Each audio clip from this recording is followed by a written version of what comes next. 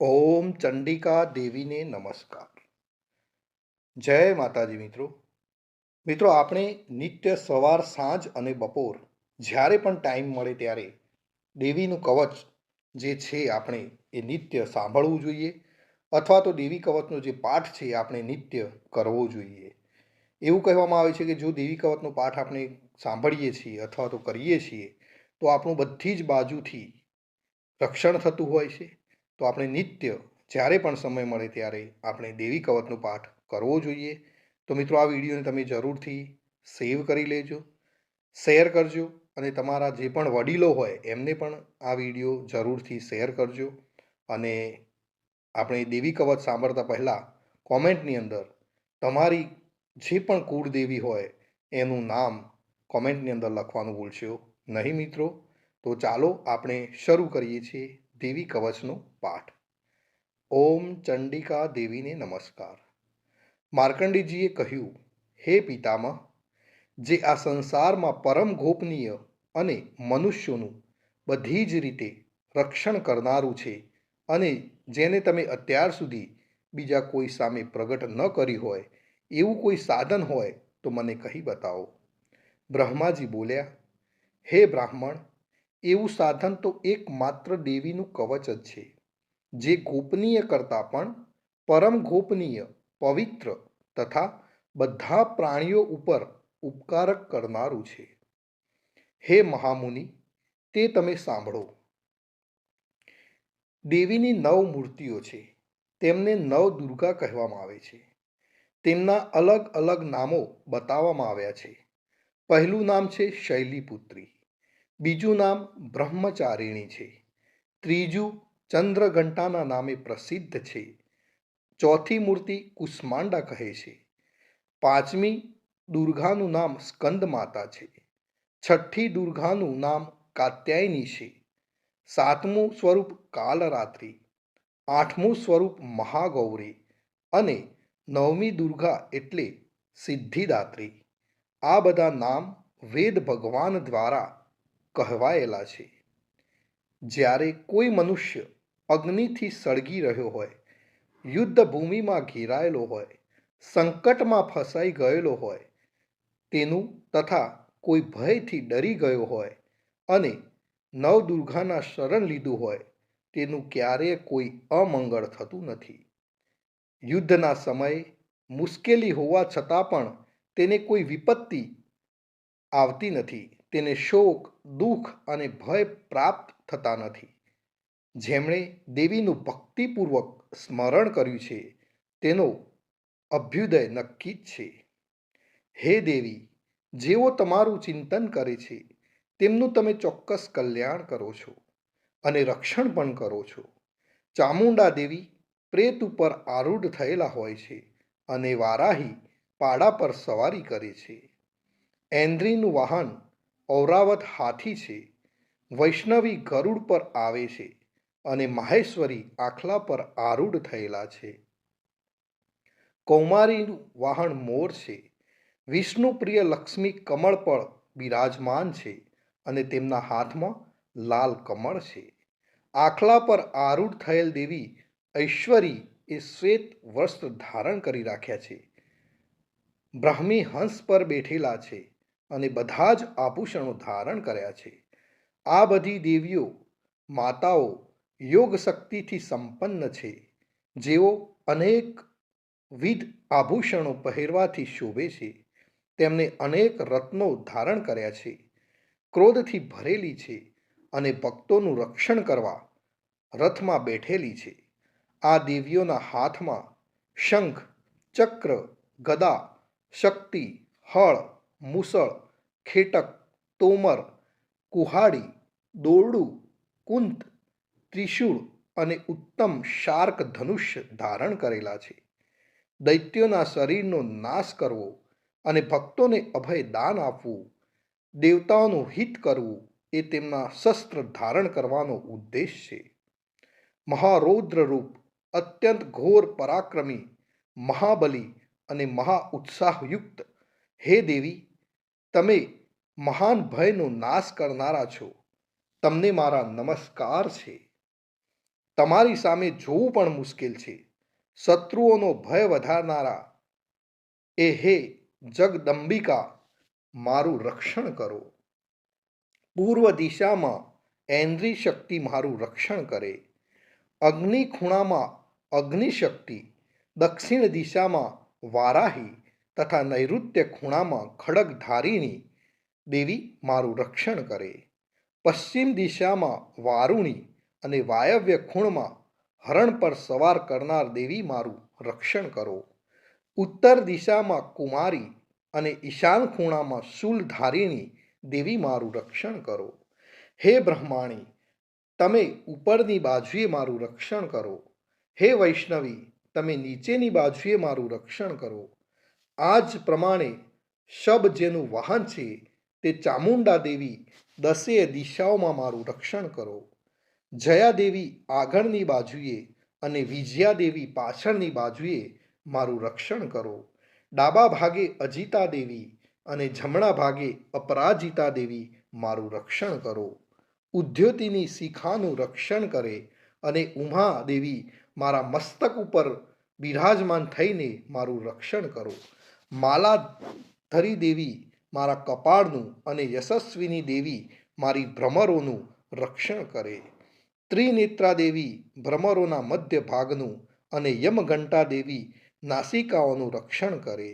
શંખીની દેવી બંને આંખના મધ્ય ભાગનું રક્ષણ કરો અને દ્વારવાસીની દેવી કાનોનું રક્ષણ કરો. કાલિકા દેવી ગાલોનું તથા સાંકરી દેવી કાનના મૂળ ભાગોનું રક્ષણ કરો. સુગંધા દેવી નાસિકાઓનું અને ચર્ચિકા દેવી ઉપરના હોઠનું રક્ષણ કરો. અમૃતકલા દેવી નીચેના હોઠનું અને સરસ્વતી મારી જીભનું રક્ષણ કરો. કૌમારી દેવી મારા દાંતનું અને ચંડિકા દેવી કંઠ ભાગનું રક્ષણ કરે. ચિત્રઘંટા દેવી ગળાની ઘંટિકાનું અને મહામાયા દેવી તાળવાનું રક્ષણ કરે. કામાક્ષી દેવી દાઢીનું અને સર્વમંગલા દેવી મારી વાણીનું રક્ષણ કરે. નીલગ્રીવા દેવી કંઠના બહારના ભાગનું અને અન્ન નલિકાનું કૌબારી દેવી રક્ષણ કરો. ખડગીની બંને ખભાઓનું અને વ્રજધારિણી દેવી મારા બંને બાહુઓનું રક્ષણ કરો.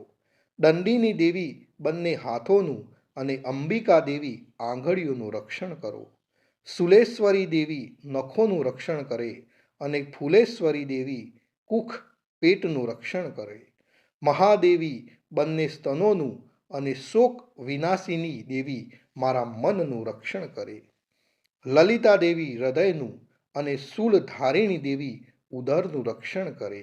કામિની દેવી મારી નાભીનું અને ગુહેશ્વરી દેવી ગૃહભાગનું રક્ષણ કરે.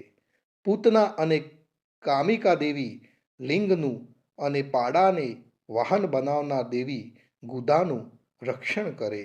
ભગવતી દેવી કટી પ્રદેશનું અને ઘૂંટણોનું રક્ષા વિંધ્યવાસિની દેવી કરે. સર્વ કામનાઓ પૂરી કરનાર દેવી જાંઘાઓનું રક્ષણ કરે. નારસિંહી દેવી પિંડીઓનું રક્ષણ કરે. તૈજસી દેવી બંને પગના પુષ્ટ ભાગનું રક્ષણ કરે. શ્રીદેવી પગોની આંગળીઓનું અને તલવાસીની દેવી પગના તળિયાનું રક્ષણ કરે. પોતાની વિકરાળ દાઢોથી ભયંકર દેખાતા કરાલી દેવી નખોનું અને ઉર્ધ્વકેશીની દેવી વાળનું રક્ષણ કરે. કૌબેરી દેવી રૂવાટીના છિદ્રોનું તથા વાઘેશ્વરી દેવી ત્વચાનું રક્ષણ કરે. પાર્વતી દેવી મારા રક્ત, મજ્જા, વસા, માંસ, હાડકાં અને મેદનું રક્ષણ કરે. કાલરાત્રિ દેવી આંતરડાઓનું અને મુક્તેશ્વરી દેવી પિત્તનું રક્ષણ કરે. પદ્માવતી દેવી કમળ કોષના મૂળ આધારનું અને ચૂડામણી દેવી મારા કફનું રક્ષણ કરે. જ્વાળામુખી દેવી નખોના તેજનું અને અભેદા દેવી સમસ્ત સાંધાઓનું રક્ષણ કરે. હે બ્રહ્માણી, તમે મારા વીર્યનું રક્ષણ કરો. હે છત્રેશ્વરી દેવી મારી છાયાનું રક્ષણ કરો. હે ધર્મ ધારિણી દેવી મારા અહંકાર, મન અને બુદ્ધિનું રક્ષણ કરો. હે વ્રજ ધારણ કરનાર દેવી મારા પ્રાણ અપાન વ્યાન ઉદાત અને સમાનનું રક્ષણ કરો. કલ્યાણથી શોભતા હે દેવી મારા પ્રાણનું રક્ષણ કરો. યોગીની દેવી રસ રૂપ ગંધ સબ સ્પર્શ અને હે નારાયણી દેવી તમે મારા સત્વ રજ અને તમો ગુણોનું રક્ષણ કરો. વારાહી દેવી આયુષ્યનું રક્ષણ કરે. વૈષ્ણવી દેવી ધર્મનું રક્ષણ કરે તથા ચક્ર ધારણ કરનાર દેવી યશ અને કીર્તિ લક્ષ્મી અને ધન તેજનું વિદ્યાનું રક્ષણ કરો. હે ઇન્દ્રાણી દેવી તમે મારા ગોત્રનું રક્ષણ કરો. હે ભૈરવી દેવી મારી પત્નીનું રક્ષણ કરો. હે ચંડિકા દેવી મારા પશુઓનું રક્ષણ કરો. હે મહાલક્ષ્મી દેવી મારા પુત્રોનું સંતાનોનું રક્ષણ કરો.